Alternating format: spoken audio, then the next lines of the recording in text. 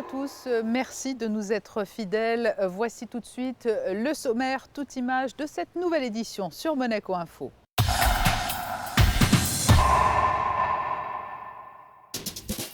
L'hommage au prince Régnier III, une messe du souvenir, était organisée mardi soir en présence de la famille princière, 10 ans après sa disparition. Le rallye Princesse Charlène, 400 élèves de 3e de la Principauté y ont participé à l'occasion de la Journée internationale du sport au service du développement et de la paix. Nous nous rendrons au Maroc où vient de s'achever le rallye des Gazelles 2015 avec des équipages portant les couleurs de la Principauté. C'est à Essaouira également que l'AMPA, l'association monégasque pour la recherche sur la maladie d'Alzheimer, vient d'ouvrir un centre socio-médical. Le salon Imagina Dental et ses innovations technologiques. Et puis après cette édition, toutes les sorties cinéma de la semaine. Il y a 10 ans, le 6 avril 2015, disparaissait le prince Régnier III. Un très bel hommage lui a été rendu mardi en la cathédrale. De très nombreuses personnes se sont rassemblées autour de la famille princière. Le récit de Fabien Bonilla.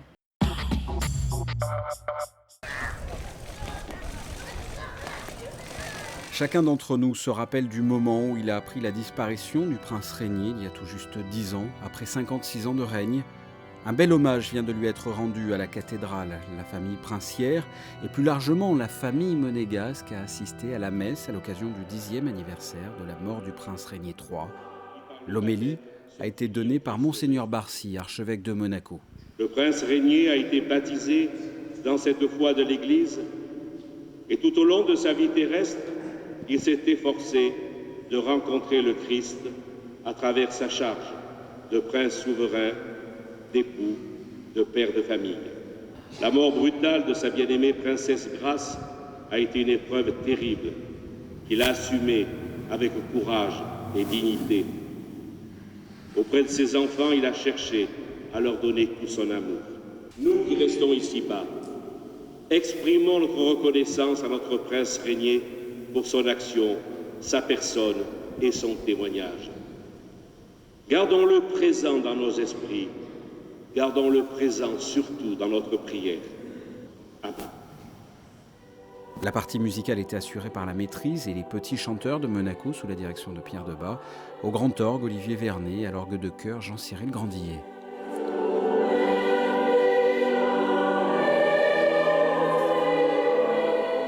Une cérémonie émouvante.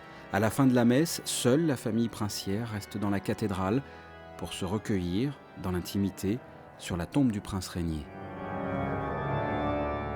Parmi toutes les personnes présentes en ce 7 avril 2015, de nombreux collaborateurs du prince Régnier III. À l'issue de cette cérémonie, la famille princière les a reçus au palais. Tous ont rendu hommage au prince Régnier, le prince bâtisseur, un grand homme qui a marqué de son empreinte plusieurs générations. Le 6 avril était la Journée internationale du sport au service du développement et de la paix. La direction de l'Éducation nationale de la jeunesse et des sports a souhaité s'y associer en organisant le rallye Princesse Charlène. Des élèves de 3e de Monaco ont ainsi pu prendre part à cette compétition qui allie épreuves sportives et ateliers ludiques et pédagogiques. Frédéric Elion les a suivis. C'est une course où les maîtres mots sont la solidarité, l'abnégation et le respect, des valeurs que prônent Peace and Sport et la Fondation Princesse Charlène de Monaco, organisateur de l'épreuve avec la direction de l'Éducation nationale de la jeunesse et des sports. Le rallye Princesse Charlène s'est déroulé ce mardi matin en Principauté. Un départ du gymnase de l'Annonciade à 8h30 pour des épreuves au Larvoto à l'occasion de la Journée internationale du sport au service du développement et de la paix. L'objectif était de faire des ateliers ensemble sur des thèmes bien précis, donc le sport, pour représenter justement le sport et la paix au travers de valeurs qui sont véhiculées par le sport et des valeurs très importantes que moi, par exemple, j'ai eu la chance de leur présenter avec d'autres sportifs tels que Bruno Senna, Marc Raquil ou Tegla aussi dans une salle de conférence. C'est un événement que nous faisons avec grand plaisir pour la deuxième fois. C'est l'occasion de célébrer la journée internationale du sport que l'ONU a décrétée le 6 avril pour justement au service du développement et de la paix. Nous avons eu autour de 400 enfants aujourd'hui, depuis ce matin, répartis dans des équipes de 5. Les élèves des collèges Charles III et FANB ont enchaîné 3 ateliers sportifs et pédagogiques. Premier défi, ramer sur un ergomètre sous forme de relais, chacun son tour afin de parcourir une distance de 1200 mètres. Deuxième étape, transporter sur un brancard une victime fictive avant l'épreuve pédagogique, un QCM sur les activités de Peace and Sport et de la Fondation Princesse Charlène. Les jeunes collégiens ont joué le jeu à fond et sont allés au bout d'eux-mêmes. En fait, c'était super dur, surtout qu'on n'est pas très sportive. Mais c'est bien pour l'association, donc on fait des efforts. Raconte-moi les 3 ateliers, comment ça se passe les uns après les autres.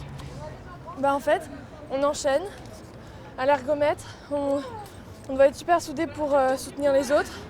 Ensuite, on redescend et on doit porter un de nos camarades. Et ensuite, en fait, il y a le quiz, donc on doit y aller.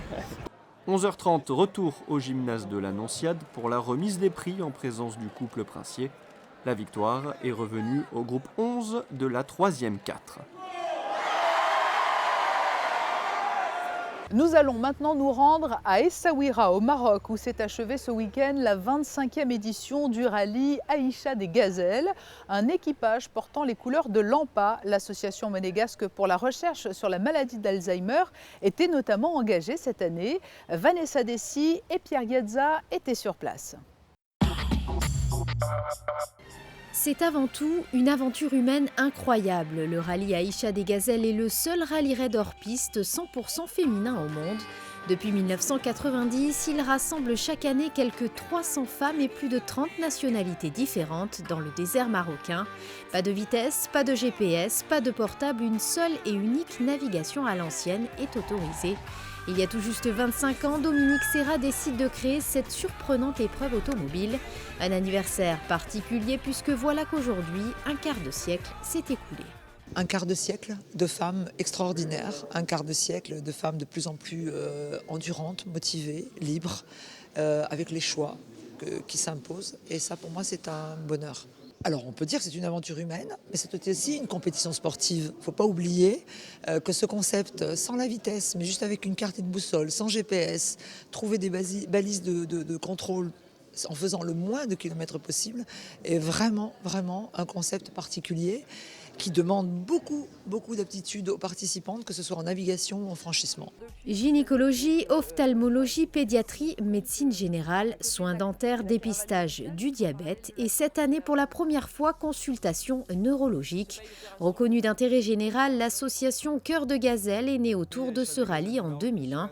Des hommes et des femmes sont au cœur de l'humain et du développement durable tout au long de la course. Pour la première fois au départ de cette 25e édition, l'association monégasque pour la recherche sur la maladie d'Alzheimer est bel et bien représentée. Kate Williams et Laura Bougan se sont engagées aux couleurs de l'AMPA. L'association monégasque se mobilise tout au long de l'année pour encourager des actions communes en faveur de la lutte contre la maladie d'Alzheimer. L'idée d'un rallye humanitaire semblait donc tout à fait légitime. Vous savez, la vie est faite que de belles rencontres. Et moi, j'ai rencontré justement Dominique Serra qui organise depuis 25 ans ce rallye. Et je lui ai dit, mais pourquoi vous ne faites pas aussi un petit peu au profit des personnes âgées? Donc j'ai dit, peut-être une fois, vous pouvez faire quelque chose pour les vieux, pour savoir un peu où ils en sont dans cette maladie. On est arrivé avec le rallye des Gazelles, de commencer notre premier échelon, si vous voulez, de nos actions en Méditerranée. Les jeunes femmes ont décidé de tenter l'aventure sans aucune expérience ni formation. Affronter le désert marocain pour elles, c'est une sorte de challenge personnel, un dépassement de soi loin de leur quotidien. Détermination, courage et solidarité, Kate et Laura veulent partager de vraies valeurs. C'est un objectif qui nous tient vraiment à cœur, d'autant plus parce que je travaille personnellement pour l'association, donc je m'occupe des événements chez l'AMPA, l'association monégasque pour la maladie d'Alzheimer. Aujourd'hui, on est dans l'équipe Volkswagen, donc encore aussi pour l'équipe Volkswagen, en même temps, encore pour cette association, on a le logo sur la voiture et on va essayer de parler maximum sur la maladie là-bas au Maroc. On a tout d'abord travaillé ensemble pour le projet d'urbanisation en mer à Monaco, dans des conditions bien sûr de stress absolu, de remise de documents importants. Et on s'est tout de suite très bien entendus et on a très bien travaillé ensemble. Ça reste un magnifique souvenir. Donc quand Kate et l'association ont eu l'idée de participer au Rallye des Gazelles, elle m'a appelée et je n'ai pu dire que oui. Levée du bivouac tous les jours à 4 h du matin, les filles ont arpenté les dunes marocaines, 12 heures en moyenne quotidiennement. Améliorant leur tracé de jour en jour, l'équipage a rencontré de la joie, de la peur, de l'espoir et de l'appréhension. Malgré tout, elles ont su garder le cap jusqu'à l'arrivée. Et c'est sur la plage d'Essaouira que les gazelles sont rentrées de leur périple. Portant haut et fièrement le drapeau monégasque, Kate et Laura ont surtout voulu démontrer leur volonté de combattre la maladie d'Alzheimer.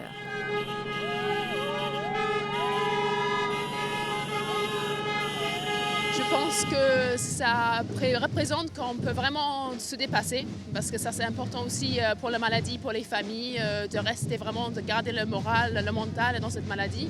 Et puis nous, on est ravis d'avoir fait ça pour cette cause, de représenter, de parler avec tous ces gazelles, toute cette organisation de ce qu'on fait ici au Maroc. Alors un rallye très difficile, beaucoup plus difficile qu'on croyait. On est jeunes, on est sportifs, on se croyait vraiment être pas dans les tops, parce qu'il y a les professionnels qui font ce rallye, mais quand même dans les classements assez bien.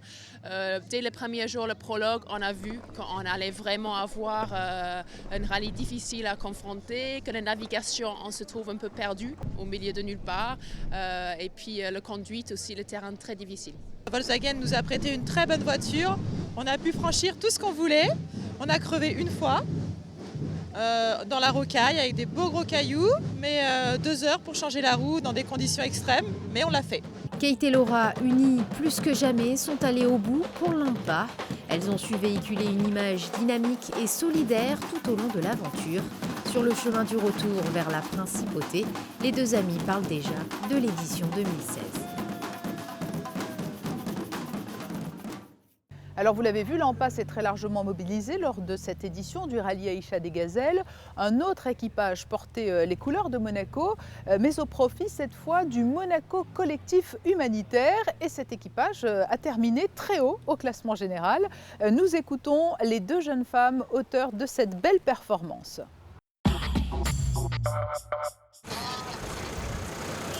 C'est une épreuve extraordinaire, un événement inoubliable.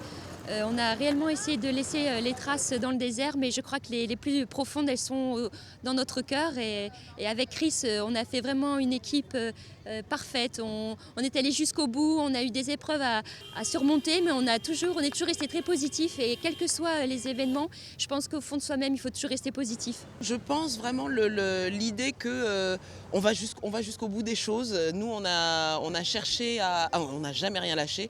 On a fait vraiment du mieux qu'on a pu. On a eu des petits soucis mécaniques, mais ça fait partie du sport. Malgré tout, je pense qu'on a gardé notre entrain, on a gardé notre énergie jusqu'au bout, vraiment jusqu'à la dernière minute. On a vraiment une pensée pour le MCH. On embrasse tous ceux qui organisent cette association, cette organisation, tous les bénévoles. Et puis voilà, on les embrasse vraiment très très fort du fond du cœur. Et en parallèle de cette 25e édition du rallye Aïcha des Gazelles, l'AMPA, qui avait donc un équipage engagé dans cette compétition, a profité de l'occasion pour inaugurer à Essaouira, toujours au Maroc, un centre socio-médical. Cette structure va permettre à la population locale d'obtenir des informations sur la maladie d'Alzheimer. Reportage. Plus de 100 000 personnes sans aucune prise en charge seraient atteintes de la maladie d'Alzheimer au Maroc. Il n'y a pas vraiment de statistiques officielles, mais ce nombre estimé est appelé à augmenter proportionnellement au vieillissement de la population. Souvent considérée comme un envoûtement, une malédiction des dieux, la maladie n'est pas encore reconnue dans les pays du Maghreb.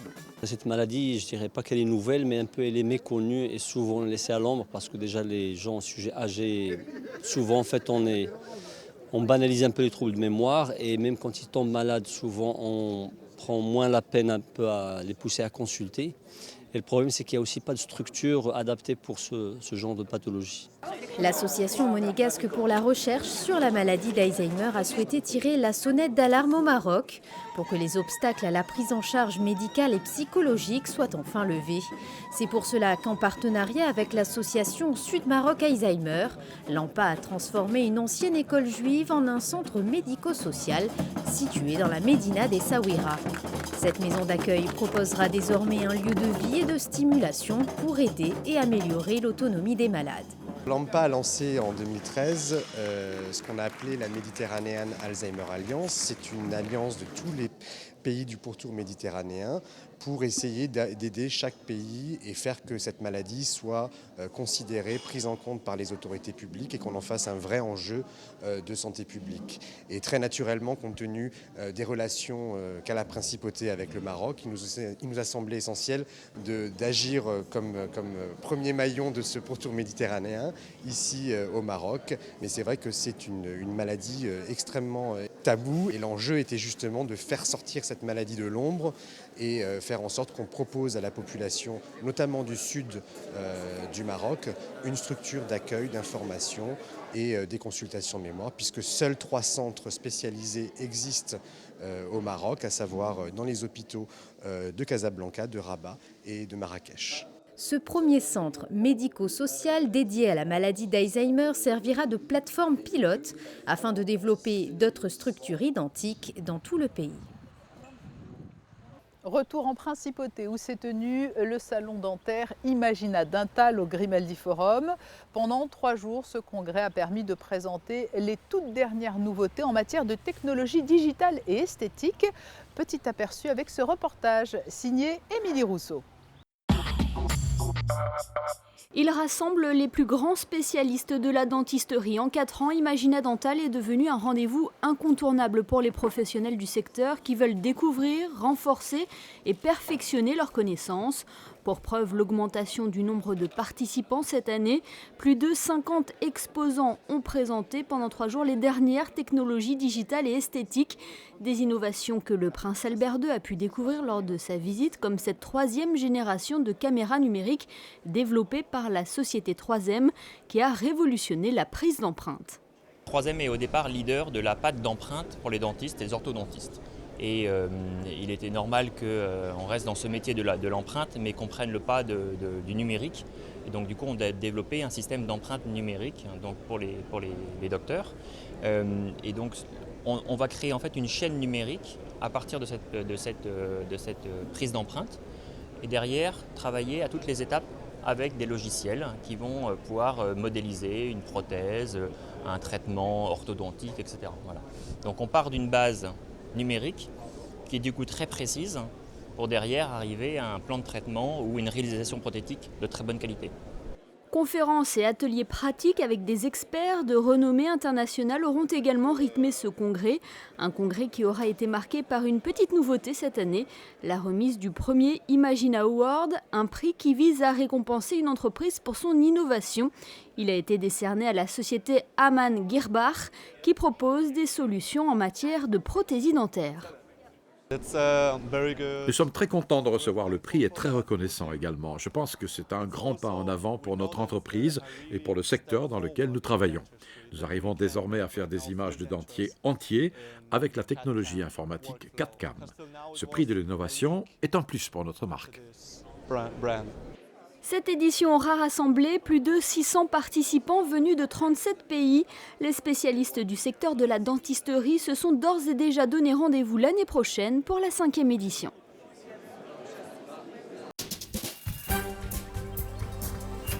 Dans l'actualité sportive, un coup d'œil au championnat de Formula E que nous suivons depuis la toute première course à Beijing en septembre dernier. Eh bien, à l'issue de l'épreuve qui vient de se dérouler à Long Beach, c'est le pilote résident monégasque Luca Di Grassi qui a repris la tête du classement général grâce à une très belle 3e place sur le circuit californien. Du côté du team monégasque Venturi, Nick Heidfeld et Stéphane Sarrazin ont respectivement terminé 10e et 11e. Et le prochain Grand Prix aura lieu à Monaco. Nous vous dévoilions récemment le tracé. La course se disputera le 9 mai Et pour cette 7e manche de la saison, vous pourrez, si vous le souhaitez, y assister gratuitement. Vous pouvez pré-réserver vos places en ligne sur le site de l'Automobile Club de Monaco. Comme chaque hiver depuis maintenant 3 ans, la Fondation Cédric et Christophe Flojac organisent son Winter Rendez-vous. Cette année, la course aura lieu le samedi 11 avril sur la piste du Belvédère à Isola 2000 à partir de 16 h. À l'arrivée, les participants pourront partager un moment convivial autour d'un buffet. Des membres de l'équipe de France de ski alpin participeront à l'événement. Plus d'informations sur la page Facebook de la Fondation Cédric et Christophe Flojac.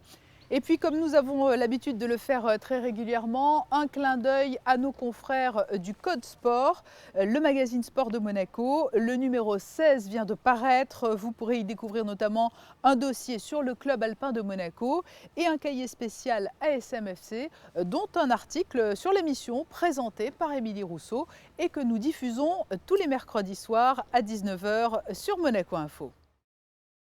Après un long week-end de Pâques en demi-teinte, la semaine va être très ensoleillée. C'est la bonne nouvelle du jour. Découvrons tout de suite les cartes météo pour les prochains jours. Mercredi, temps sec et beau, nuages insignifiants, peu de vent et des températures plus clémentes que les jours précédents. Jeudi, une belle journée douce et calme. Vendredi, maintien d'un temps sec assez largement ensoleillé avec des températures moyennes comprises entre 13 degrés le matin et 18 degrés au meilleur moment de la journée. Samedi, enfin, temps calme, soleil doux et nuages discrets. Nous allons refermer cette édition en images avec ces 2 événements auxquels ont participé le prince Albert II et la princesse Charlène. Avec tout d'abord l'inauguration mardi matin dans les petits quartiers du Palais Princier des nouveaux locaux de la Trésorerie Générale des Finances. Et enfin, retour sur l'une des processions traditionnelles du calendrier. La procession du Christ mort s'est faite sous le regard du couple princier vendredi soir dans les rues du Rocher. C'est sur ces images que se referme ce journal. À très bientôt.